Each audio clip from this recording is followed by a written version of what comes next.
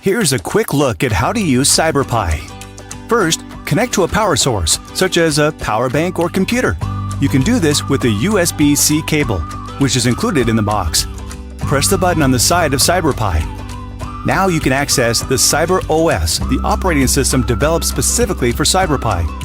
Select your language by using the joystick, then press B or the triangle button to confirm your selection.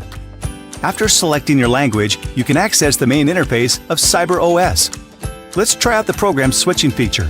Cyberpi can store multiple programs and has 8 preloaded example programs which you can choose. Push the joystick to select Switch Programs. For instance, Example Program can display the volume change of the environment in real time via a histogram. Press the button on the side of Cyberpi to select another preloaded program. The example program draws a geometric figure.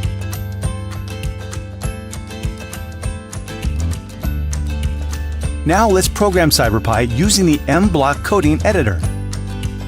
Makeblock is available on PC, iPad, smartphones, and web browsers. This video will use the website as an example.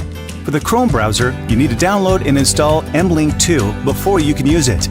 And make sure your computer is connected to the internet. Now, let's first try out block-based coding. Use the USB-C cable to connect your computer to Cyberpi. Enter the address ide.mblock.cc in the Chrome browser to open the Makeblock for web. Adding the Cyberpi hardware. Find Tutorials. Select Example Programs. Connect Cyberpi. Click the Upload button to store the program in Cyberpi. You've now learned how to upload programs using Makeblock 5. Now let's try to write a program ourselves.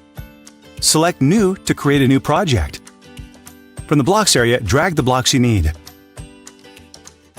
Some blocks require you to log into your Makeblock account or switch to the correct mode before they can be used.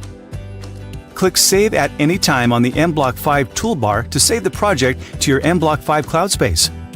Let's move on to Python programming. In block-based coding programming, switch to Upload mode. Click here to see the translated MicroPython code, allowing us to copy the code. Click here to go to the Python editor. The new Python editor supports uploading MicroPython in upload mode and running Python 3 code in live mode. Select New Work. Try Upload mode first. Click Connect to connect Cyberpi. Paste in the code we just copied and upload. Successful implementation. Let's try the live mode. The live mode allows you to use Python 3 code in an interactive way to combine hardware and software for teaching. For example, open the example program Panda Dash. In this example, we use the Pygame library and the Cyberpi library to implement a simple Cyberpi motion-controlled game project. You can also see more projects